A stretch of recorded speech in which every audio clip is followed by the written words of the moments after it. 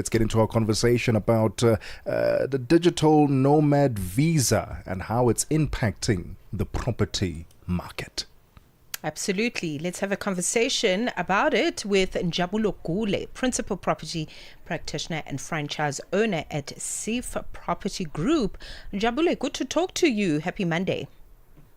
Hello, how are you? Good. How are you? Good. Sorry, just to correct you a bit, I'm not at Seaf, I'm at Rawson Property. Okay, apologies for that. No problem. Let's talk about this visa. Really want to get to understand the South African digital nomad visa.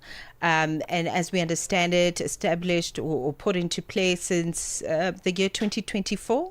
What measurable changes have you seen in the property market, particularly when we look at demand in certain areas?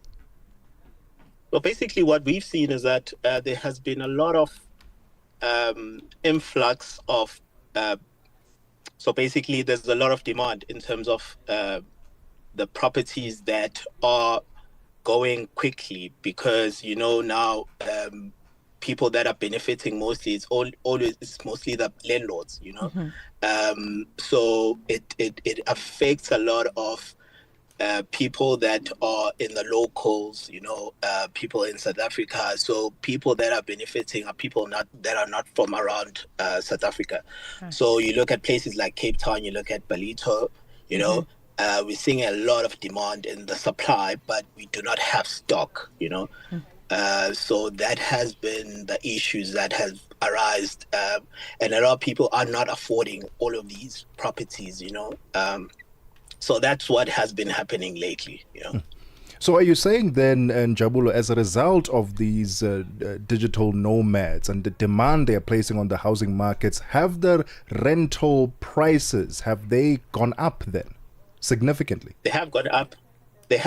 And it doesn't benefit the normal South African that is having a normal job.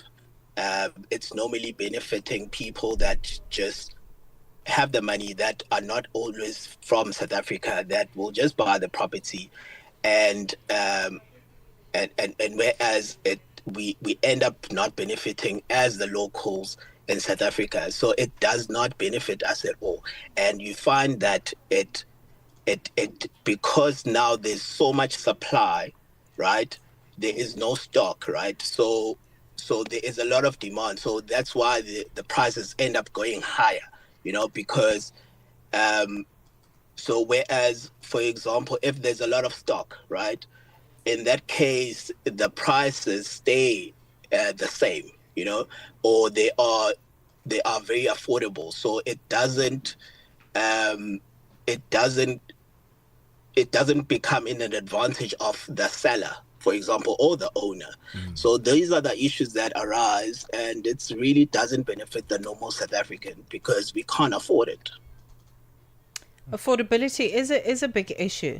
I want to understand this deeper, looking from an investment point of view, right? A lot of people are buying properties, to invest. So investor purchases, are they buying to cater or target these digital nomads, or is it just a case of what is currently existing and the landlords that are already there are just simply adapting or rather adapting their properties to suit the market?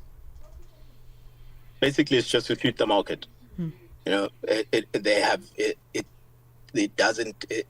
do not care as long as it makes sense. So basically, let me make an example. A typical landlord or someone who wants to buy a property or investor, they look at the return that they will get, right, on the investment. And if it makes sense for them, then they go ahead with it. If it doesn't make sense for them, they will not go ahead with it. So that's what a typical investor does, Njabulo, how can we get to a place where there's some sort of, for lack of a better word, balance, where the locals can benefit from this new digital nomad lifestyle and the demands, and one that also benefits the landlords? Yes, they are benefiting right now, but how can we ensure and get to a place where the locals are also benefiting?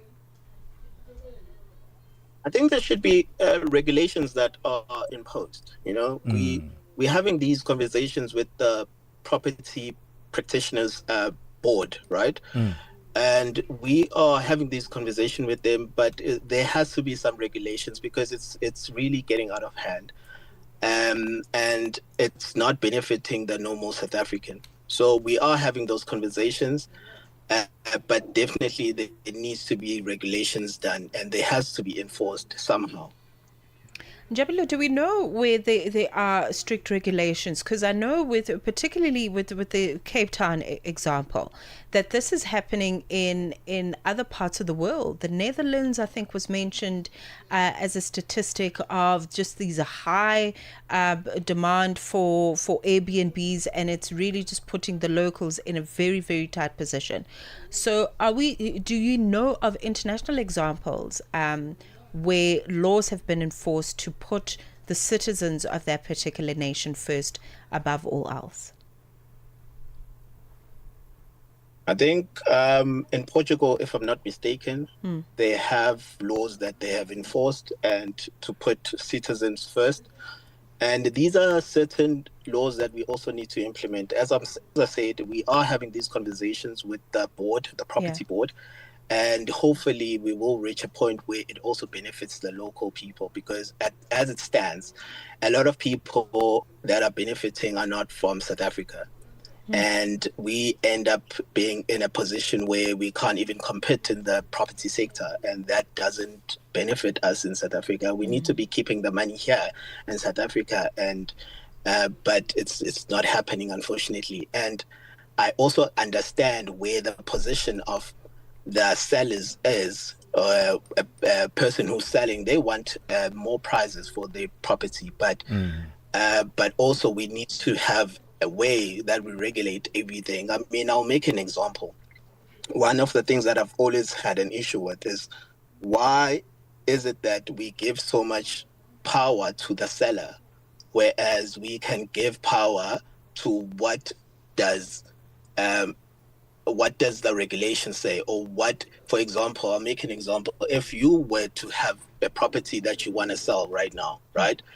You as a seller, you can just put it at any price. You can say the property is 20 million, right? Whereas the property is worth 10 million. So now a person who doesn't even know the market in that area, and they have the money, they can fall into that trap and they buy the 20 million house, and then automatically it messes up with the market entirely. So these are the conversations that we're having with the board, and hopefully we will get to a point of it. I didn't know that. I always assumed that when a seller puts up a price for their house, it will have been because they got guidance, and they looked at the market value in the area and based it on that. But it's very interesting that you said that a seller can just say, hey, I'm gonna put an extra 10 million rand on my property. Njabulo, if we'd like to list a property with you or have you sell our properties, how can we find you? So you can just contact me on 073 72 51 707, or you can go to my website, which is rawson.co.za. And also you can find me on email, which is njabulo.gule@rawson.co.za.